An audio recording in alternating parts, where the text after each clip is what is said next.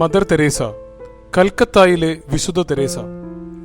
1952 കാളിഘട്ട് കാളി അമ്പലത്തിനോട് അടുത്തുള്ള ഉപയോഗിക്കാത്ത ഒരു പഴയ കെട്ടിടത്തിലെ 2 ഹാളുകളിൽ നിർമ്മൽ ഹൃദയ് എന്ന് പറഞ്ഞ ഒരു സ്ഥാപനം മദർ തെരേസ നടത്തുന്നുണ്ടായിരുന്നു. എല്ലാവരാലും ഉപേക്ഷിക്കപ്പെട്ട് മരണാസന്നരായവരെ ആണ് ഇവിടെ സ്വീകരിച്ചിരുന്നത്. തെരുവിൽ മൃഗങ്ങളെപ്പോലെ കഴിഞ്ഞവർക്ക് മാലാഖയെപ്പോലെ മരിക്കാനായി ഒരു ഇടം, അതായിരുന്നു നിർമ്മൽ ഹൃദയ്. 11ാം ക്ലാസ് എയിലെ കുട്ടികൾ ഇവിടെ അവതരിപ്പിക്കുന്നു മദർ തെരേസയുടെ ജീവിതത്തിൽ നിന്നും ഒരു ചെറിയ സംഭവം.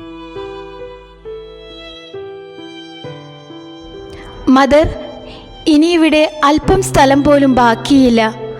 ഇനിയും രോഗികളെ ഇവിടേക്ക് കൊണ്ടുവന്നാൽ നാം എന്തു ചെയ്യും അമ്മ?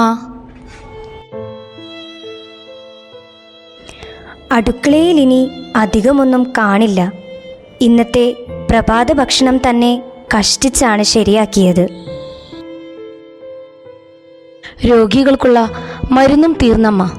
അവർക്ക് എന്തെങ്കിലും കഴിക്കാനെങ്കിലും കൊടുക്കണ്ടേ?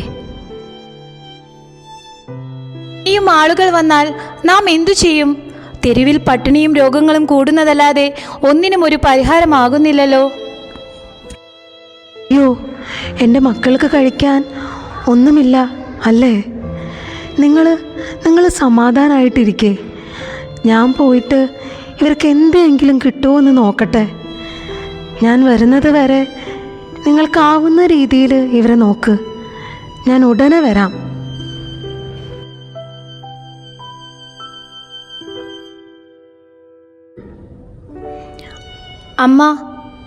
അമ്മ എന്നും ഇങ്ങനെ പോകും. എല്ലാവരുടെയും മുൻപിൽ യാചകരുടെ പോലെ കൈകൾ നീട്ടിക്കെഞ്ചും.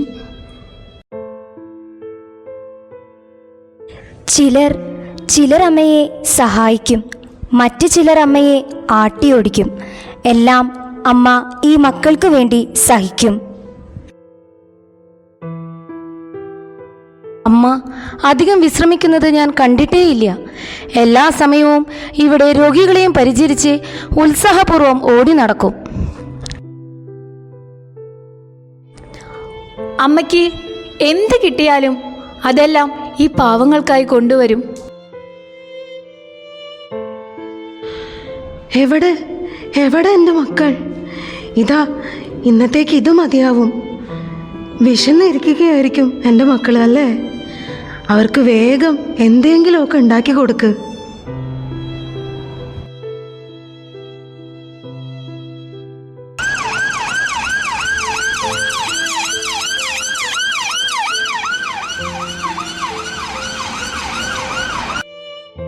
എല്ലാവരും വേഗം വാ. ആരെയോ ഒരാളെ കൊണ്ടുവരുന്നുണ്ട്. വേഗം വരൂ.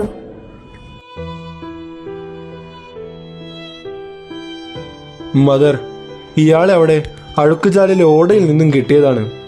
ഞങ്ങൾ ആശുപത്രിയിലേക്ക് കൊണ്ടുചെന്നെങ്കിലും അവർ ഒന്നും ചെയ്യാൻ തയ്യാറായില്ല. ഇനിയൊന്നും ചെയ്യാനില്ലെന്നും അല്പസമയത്തിനുള്ളിൽ ഇയാൾ മരിക്കുമെന്നും പറയുന്നു. മുഖത്തെല്ലാം വ്രണങ്ങളും എലികൾ കടിച്ച് വികൃതവുമാക്കിയിട്ടുണ്ട്.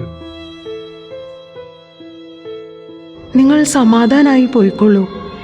എന്നാൽ ആവുന്ന രീതിയിൽ ഞാൻ ഇയാളെ നോക്കിക്കൊള്ളാം.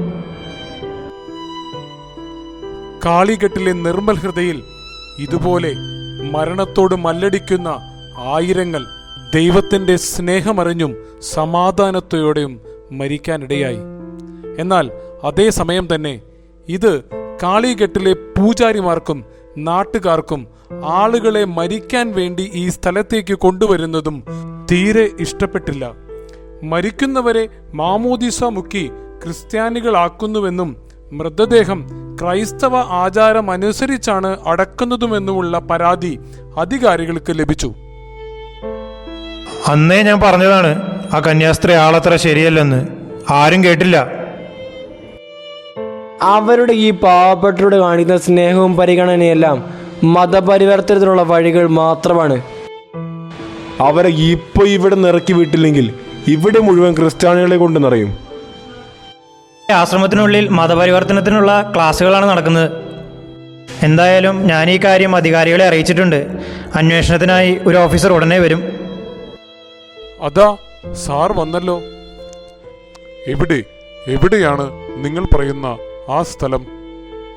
സാർ, ഇതാണ് ആ സ്ഥലം. നിങ്ങളെല്ലാവരും ഇവിടെ നിൽക്കൂ. ഞാനൊന്ന് പോയി നോക്കി കാര്യങ്ങളെല്ലാം അന്വേഷിച്ചിട്ട് വരാം. കാര്യങ്ങൾ എനിക്ക് ബോധ്യപ്പെട്ടാൽ ഇപ്പോൾ തന്നെ അവരെ ഇവിടെ നിന്ന് പുറത്താക്കാനുള്ള കാര്യങ്ങളും ഞാൻ ചെയ്തു കൊള്ളാം. ആ, അങ്ങനെ തന്നെ വേണം. ആ മദറിൻ്റെ സ്ഥാപനം ഇന്ന് പൂട്ടിയിട്ട് തന്നെ കാര്യം. മതപരിവർത്തന പ്രവർത്തനങ്ങൾ കാണുവാനും അന്വേഷിക്കുവാനും എത്തിയ ഓഫീസർ കണ്ടത് ഏവരെയും അത്ഭുതപ്പെടുത്തുന്ന ഒരു കാഴ്ചയായിരുന്നു. മുഖത്ത് വലിയ വ്രണമുണ്ടായിരുന്ന രോഗിയെ പരിചരിക്കുകയായിരുന്നു മദർ.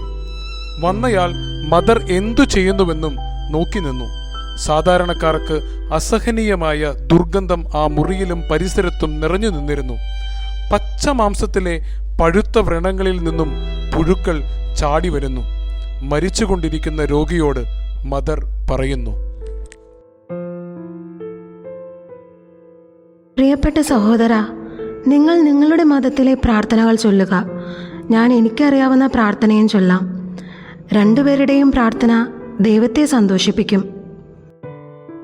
ഈ കാഴ്ച കണ്ട ഓഫീസർ ഉടനെ തന്നെ പുറത്തിറങ്ങി അവിടെ കൂടി നിന്നവരോട് പറഞ്ഞു, ഈ സ്ത്രീയെ ഇവിടെ നിന്ന് പറഞ്ഞേക്കണമെന്നാണോ നിങ്ങൾ ആവശ്യപ്പെടുന്നത്? ആവാം, പക്ഷേ അതിനു മുൻപ് ഒരു കാര്യം.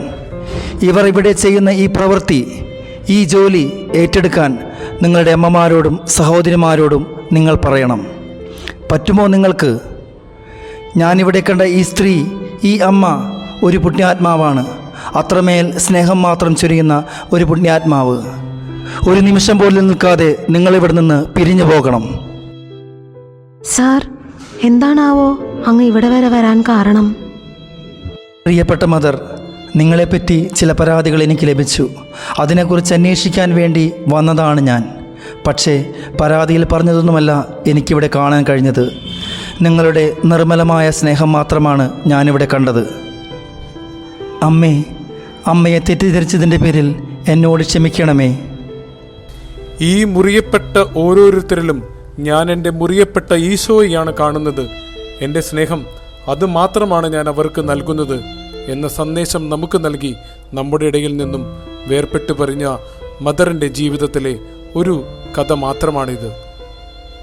ഇന്നും ലോകത്തിലെ അനേകം ഉപവി പ്രവർത്തനങ്ങൾക്ക് പ്രേരണയാകുന്ന രീതിയിൽ ജീവിച്ച മദറിനെ നമുക്ക് എന്നും ഓർക്കാം. നന്ദി.